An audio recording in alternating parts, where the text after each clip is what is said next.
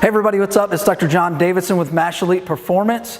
I just wanted to come at you today. We've had a lot of talk recently about knee valgus in a squat. So I have Jacob here again with us today, and we're going to go over knee valgus and I guess a lot of the controversy that comes out of it. I don't think it's a lot of controversy, but people have really strict, strong opinions, but people also have really strict, strong opinions on movement patterns in general.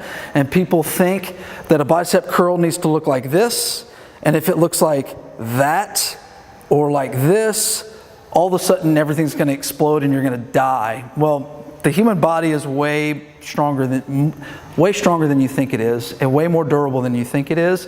And a little knee valgus isn't absolutely necessarily the end of the world. So let's show a normal squat that you see a lot of people do. And Jacob squats a little wider than people just because of his hips. Go ahead and give us a normal squat. So you'll notice his knees are over his feet like they're supposed to be. And go ahead and stand up, and they stay stable the whole time.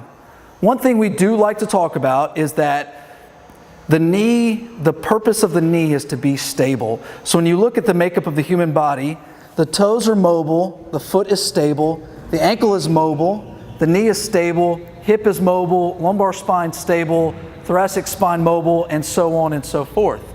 So when you see a squat that, show us the knee buckling thing, that looks like this, it tends to freak people out because it's not it's not anatomically perfect. Right? I can say that the adductors in your legs are extremely strong muscles. You know, the big muscle that comes here is extremely strong, and it's got great leverage. And one of the things with that muscle is it's going to pull you in some. All right? If you're in max effort or you're doing a dynamic squat, that muscle is going to it's hard to not have that muscle activate. So is it the end of the world? No. Let's talk about what is a bad knee valgus. So go ahead and give us the regular one that you just showed us. Here, I want you to watch his foot. Go ahead and let your knees buckle in and come up. You notice that his foot didn't really move a whole lot, right? So one of the things, and watch this foot now, go ahead and go down, let your knees buckle in again.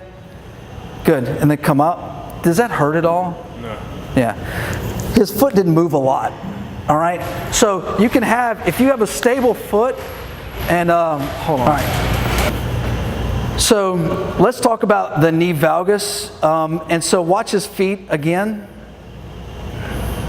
Good. And you'll notice that his foot doesn't move a lot.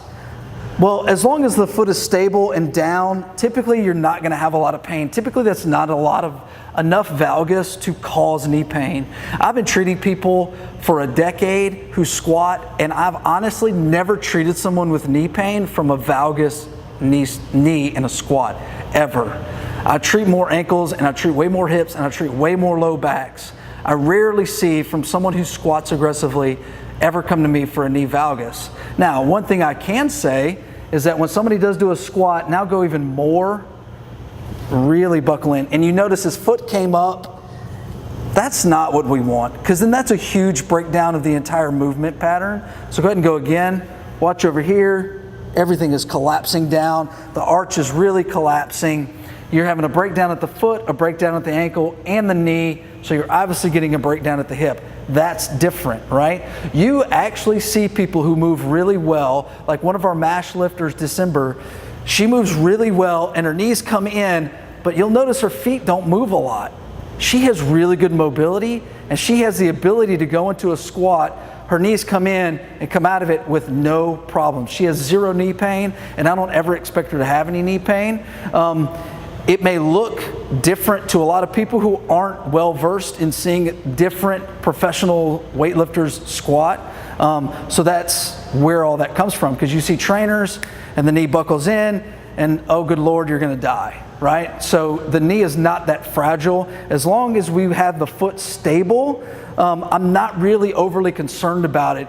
If it's something like if I have a 14-year-old kid who comes in who's more like a Gumby, who's never actually squatted before, and his knees are touching as he's coming out, obviously that's an issue, right? So we band them and we teach them how to stay more stable in their knees. Let's not be out of control, and let's use some common sense here. You know, you have somebody who is well versed at squatting versus someone who is very new. take everything with a grain of salt, right? Travis Mash does a really great job when he has new lifters come in to be able to teach them how to squat properly with proper positions. And then people just kind of figure their own way out. You know, Usain Bolt, when he sprints, his knee comes in before he drives. Are you going to tell me that because when Usain Bolt brings his knee up, that when it crosses midline and he drives, that he's a bad sprinter?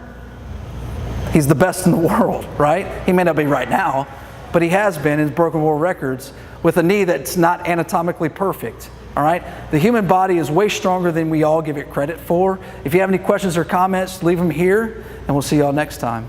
Hey guys, now do me a favor. Go subscribe to our channel, like our videos, comment. I promise you if you comment, I'll get back to you and answer all your questions.